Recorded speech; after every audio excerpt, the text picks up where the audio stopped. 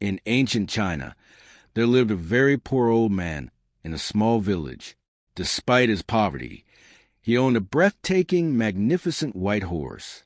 Even the king offered him a fortune to buy this horse, but the old man always gave the same reply. To me, this horse is not just an animal. He is a friend. How can one sell a friend? One morning, the villagers noticed the horse was missing from the stable. They immediately gathered around the old man, shaking their heads. "You foolish old man, you didn't sell the horse, and now it's been stolen. What terrible luck, what a misfortune." The old man remained perfectly calm. He simply said, "Do not jump to conclusions. Just say, the horse is not in the stable. That is the only fact. The rest is your judgment. Whether this is a misfortune or a blessing, no one knows yet." The villagers laughed at him. But less than 2 weeks later, the white horse suddenly returned, leading 12 wild horses down from the mountains. The villagers rushed back, shouting, "Old man, you were right. It wasn't a misfortune. It turned out to be a great blessing." The old man, unfazed, replied once more, "You are rushing your judgment again. Just say, the horse is returned, and 12 other horses are with him." Judging this now is like closing the book after reading only a single sentence. A few days later, the old man's only son broke both of his legs while trying to tame one of the wild horses. The villagers began to lament again. "Ah, old man, you were right after all. Because of these horses, your only son is now crippled. What a terrible tragedy." The old man took a deep breath. "You never learn, do you? Just say, my son broke his legs. When will you stop judging the entirety of life based on a fleeting moment?" And a week later, the country went to war.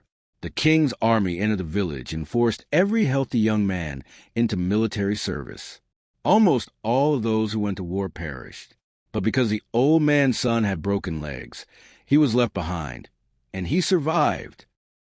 We are no different from those villagers. Throughout the day, hundreds of times, we constantly label every event we encounter, every person we see, and most dangerously, ourselves. This is bad, this is good, this is a disaster, this is a failure. But why does our mind love playing this game of judgment so much? Because judging is easy, while understanding requires effort. When we label a person or a situation as good or bad within seconds, our brain saves itself from the exhaustion of thinking deeply. The mind fears the unknown. Judgment is merely a desperate attempt to force a false sense of certainty onto the unknown. Centuries ago, the Stoic philosopher Epictetus confronted us with a striking truth. He said, "Men are disturbed not by things, but by the view which they take of them." Think about it. Imagine you get rejected from a job interview. The objective reality is simply this: you did not get the job. That is a neutral fact. However, your mind immediately activates its judgment mechanism. I am a failure. I will never find a good job. My life is ruined. What causes you suffering is not the fact that you didn't get the job. It is the label your mind slapped onto it. This is a disaster. Yet, perhaps not getting that job is the very thing that will force you to build your own path, your own destiny. Just like the young man with the broken legs. Marcus Aurelius performs a similar surgery on our minds in his meditations. Reject your sense of injury, and the injury itself disappears. When someone else criticizes or judges you, it reveals everything about their character and absolutely nothing about yours. People project outward what they carry within. A person filled with anger sees a hostile world. A person filled with judgment sees a flawed world. Now, let's conduct a small mental experiment together. Today, after you close this video, try to live your life without filters for just a little while.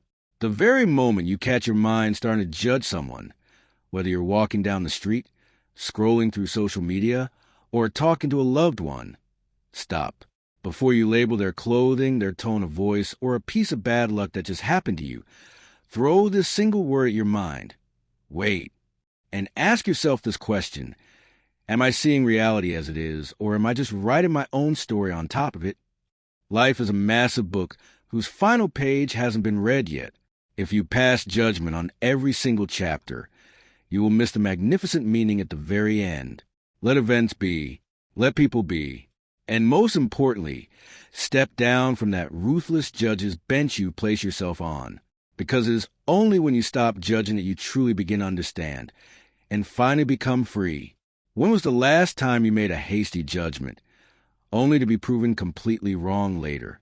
Share your story with me in the comments, and let's reflect on it together. Don't forget to subscribe to the channel and join our weekly journey into the depths of the mind. Take care of yourselves and stay stoic.